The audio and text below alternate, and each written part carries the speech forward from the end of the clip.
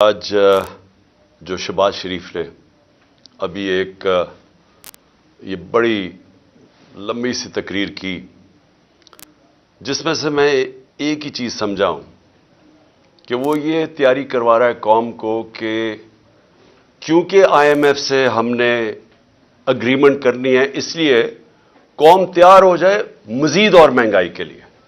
مجھے اس کی باقی چیزیں جو بھی ہیں وہ تو ان کے اوپر بات کرنے کا کوئی فائدہ نہیں۔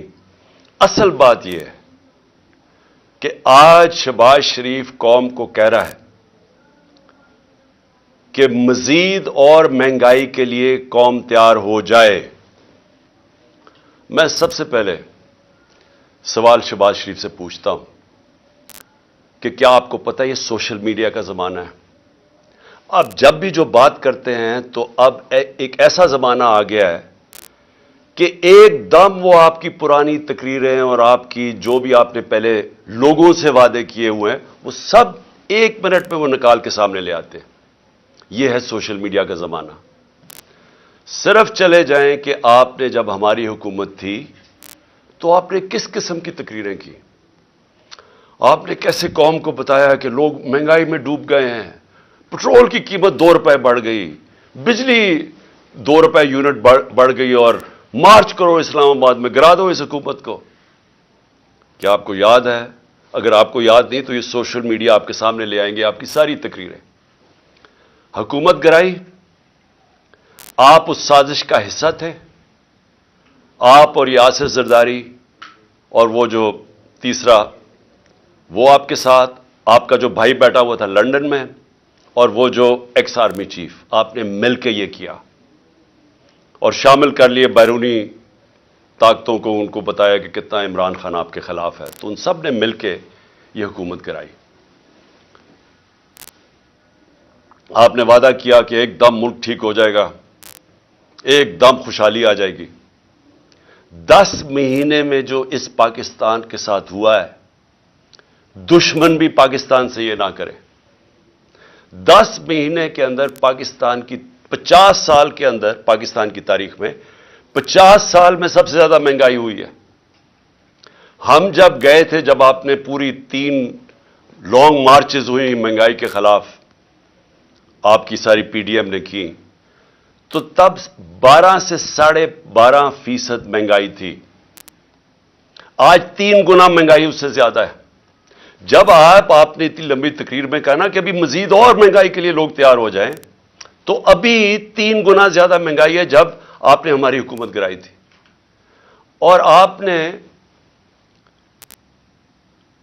جب حکومت گرائی تھی اور آپ نے یہ جو 3 گنا زیادہ مہنگائی کی تھی، تو کیا ہوا تھا؟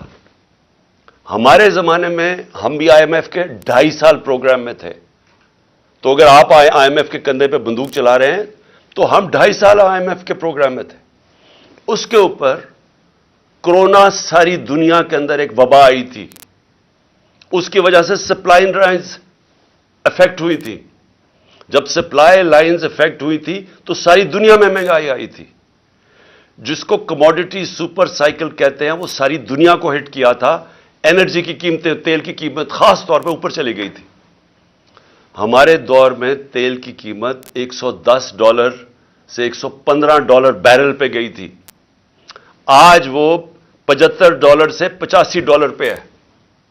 تو جو اصل وجہ تھی مہنگائی کی وہ تو تیل تھا، تو اب تو تیل نیچے آ گیا ہے۔ آج جو گھی ہمارے زمانے میں تھا، وہ آج کل جو پام آئل جو باہر سے لے کے آتے ہیں، جو امپورٹ کرتے ہیں، وہ دگنا تھا آج کے مقابلے میں۔ آج گھی کتنا مہنگا کیوں ہے؟ آج ڈیزل اور پٹرول اتنا مہنگا کیوں ہے؟ 100 روپیہ زیادہ ہے ہمارے دور سے۔ اور کیا وجہ ہے کہ روپیہ گر گیا؟ تقریباً $100 مہنگا ہوا ہے۔ میں صرف یہ پوچھنا چاہتا ہوں کہ ہوا کیا؟ اس ملک میں سیلاب آئے ہیں، جس طرح ہمارے دور میں وہ وبا آئی، اس ملک میں زلزلے آئے ہیں، لیکن کبھی اس طرح کی مہنگائی نہیں ہوئی، اور آپ کے دور میں کسی چیز کے نہ ہونے کی وجہ سے یہ مہنگائی ہوئی ہے۔ تو آج یہ جو آپ نے جو آج بھی پاکستان کی تاریخ میں پھر سے